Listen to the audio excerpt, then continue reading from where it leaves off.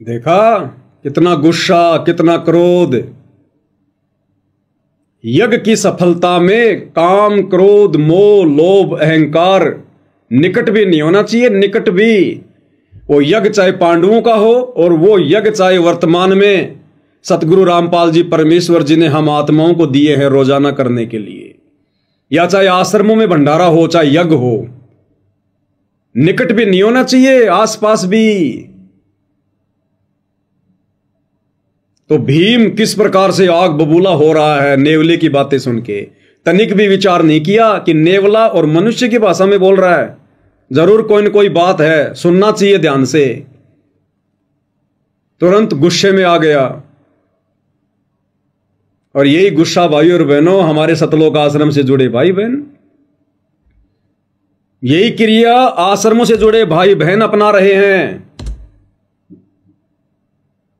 ये वीडियो 12 अगस्त 2025 का हिसार कोर्ट के बाहर का, जब मुझ पवन दास की तारीख थी, जो झूठा मुकदमा इन आश्रम वालों ने गुरुदेव से मेरे ऊपर लगवा रखा है।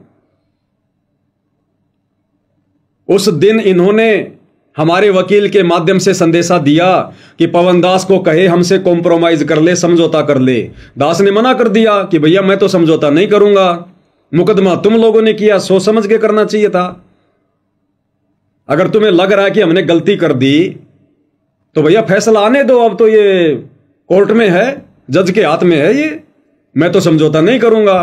तो इन्होंने गुंडे बुला लिए बाहर से, डॉक्टर चांद राठी ने, जिन्होंने मेरे ऊपर मुकदमा किया। बसंत सैनी को बुला लिया। बसंत सैनी गांव गांद्रा, जिला रोहतक, हरियाणा वाला, हिसार में रहता है। 8-10 लोग लेके आ गए अपने साथ में भक्तों को हमारी पिटाई करने के लिए। अब बताओ भाई और बहनों, ये बसंत सैनी गांव गांद्रा, जिला रोहतक, हरियाणा वाला, जिसने उस दिन हिसार कोर्ट के बाहर पेट्रोल पंप पर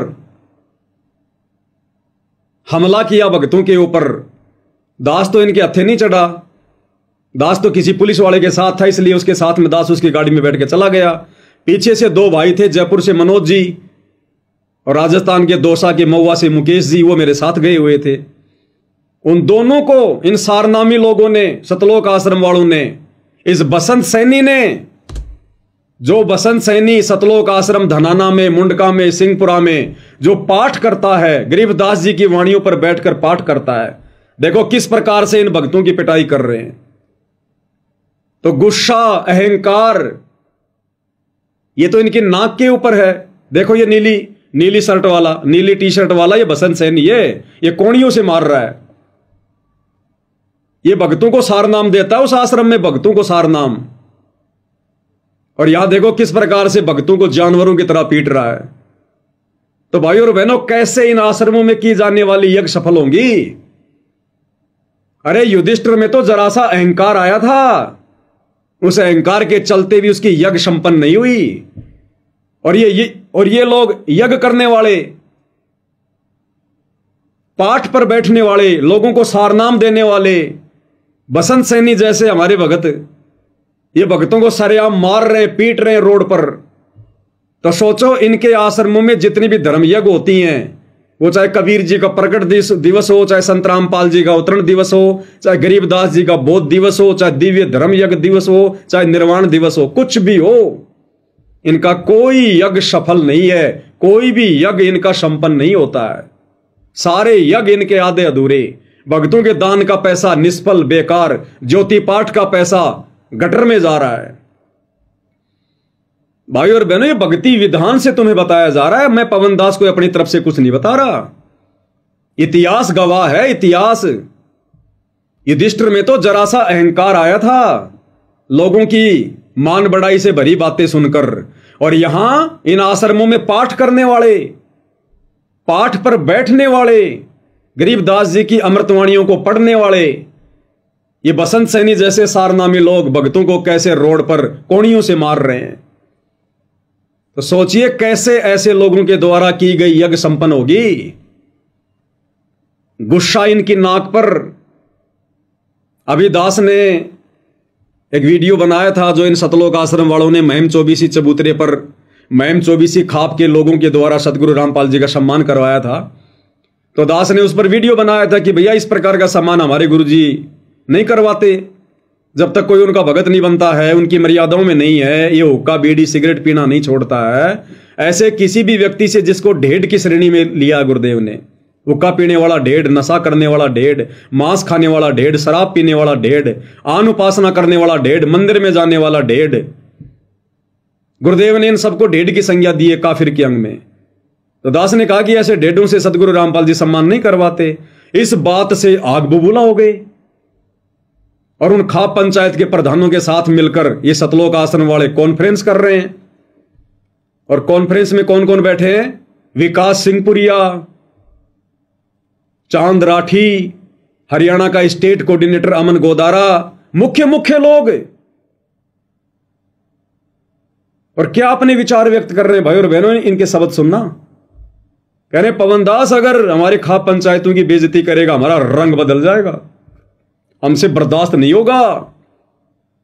इन आश्रमों में धर्म यज्ञ करवाने वाले भक्तों के विचार हैं ये, ध्यान से सुनिएगा एक एक के। और जब भाई पवन तेरा जी कर रहा है ना ज्ञान चर्चा ने, तो नू खाप में बदनाम ना कर, बात बिगड़ जाएगी। तेरा जी कर रहा तू हमारी गल बात करे, और भाई किसी भी प्रकार से 1% भी चौबीसी खाप और महाराजिया का अपमान बर्दाश्त नहीं करा जाएगा। भाई हम इतनी आवारती बर्दाश्त कर सका जब ती बात हमारे ऊपर है, और जब हमारी खाप पर हमारे भाईचारे बात आओगी तो भाई रंग बदल जाएगा और दिक्कत हो जाएगी। पवन तने को समस्या है, तुम्हारा फोन नंबर ले, तुम्हारे दोरा तुम्हारे बैठ कर बात करे। देखा कितना गुस्सा, कितना ये क्रोध। और गुरुदेव कहते हैं तर्पण सो जो तमक ना होवे। भगत को तो जरा भी क्रोध नहीं करना चाहिए, जरा भी।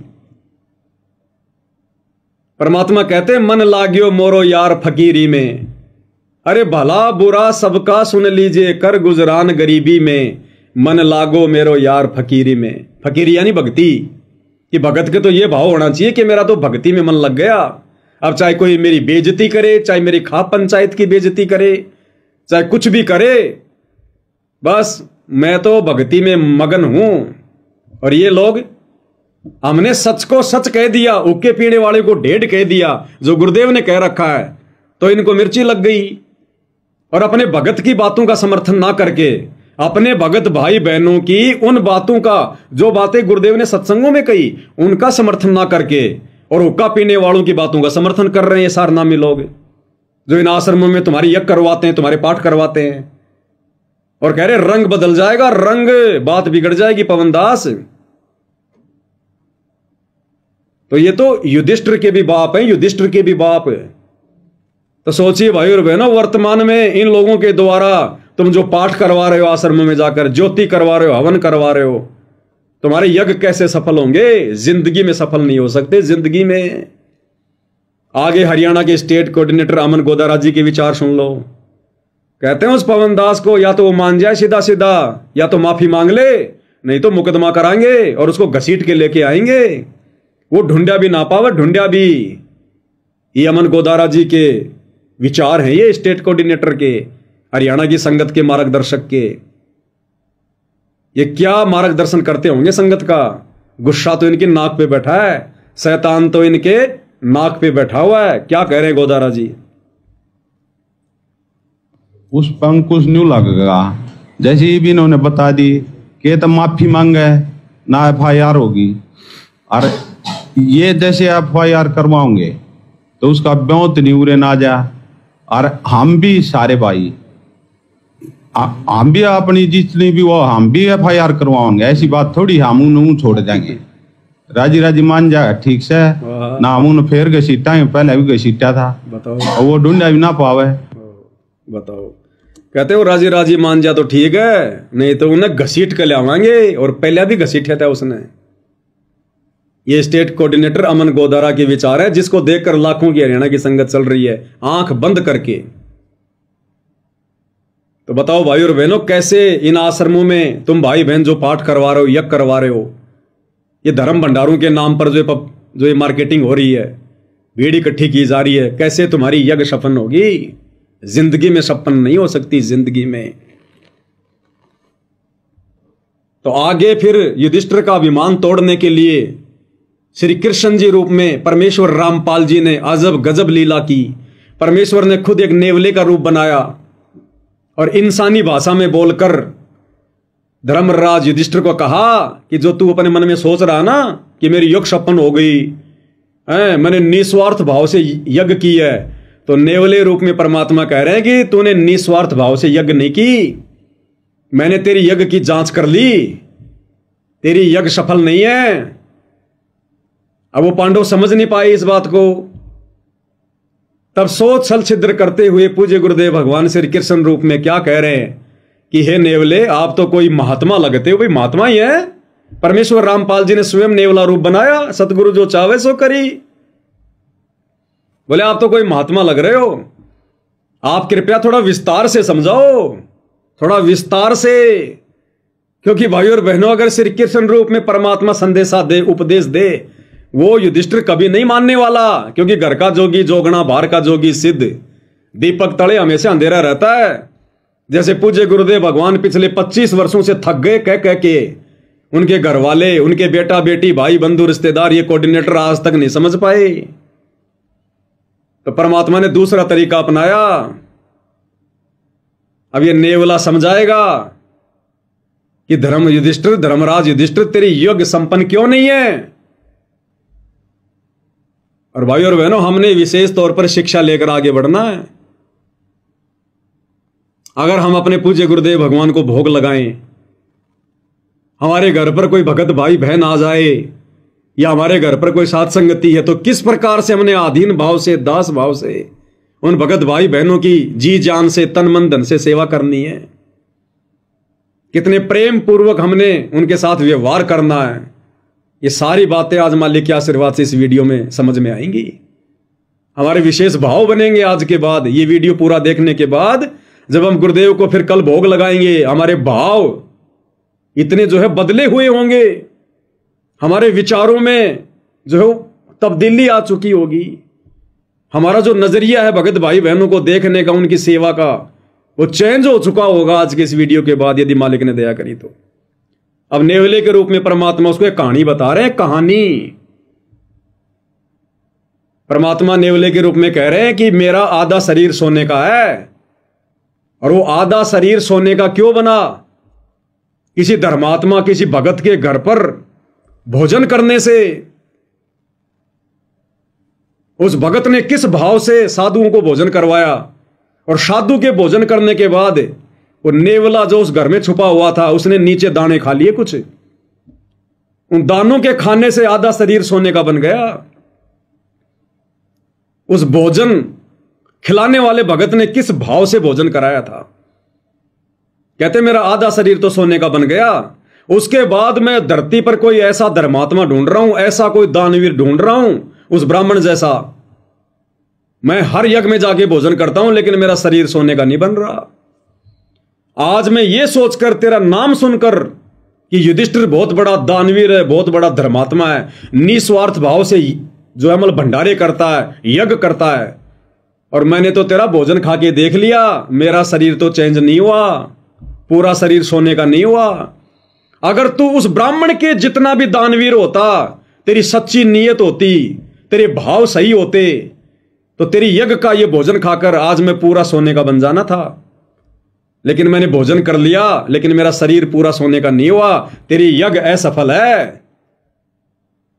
अब वो कथा जब आप सुनेंगे भाई और बहनों, अगर हम भगत हैं, वास्तव में परमात्मा की भक्ति प्रवेश है, यदि हम वास्तव में भगत बनने की दिशा में आगे बढ़ रहे हैं, मान बढ़ाई, राग द्वेष, ईर्ष्या से पीछे हटकर, तो अवश्य भाई और बहनों ये कथा हमारे ऊपर विशेष एक प्रभाव छोड़ेगी। तो आगे नेवले के रूप में सतगुरु रामपाल जी भगवान, ये कबीर परमात्मा क्या शिक्षा दे रहे हैं, क्या संदेशा दे रहे हैं, युधिष्ठिर को क्या वो कथा सुना रहे हैं।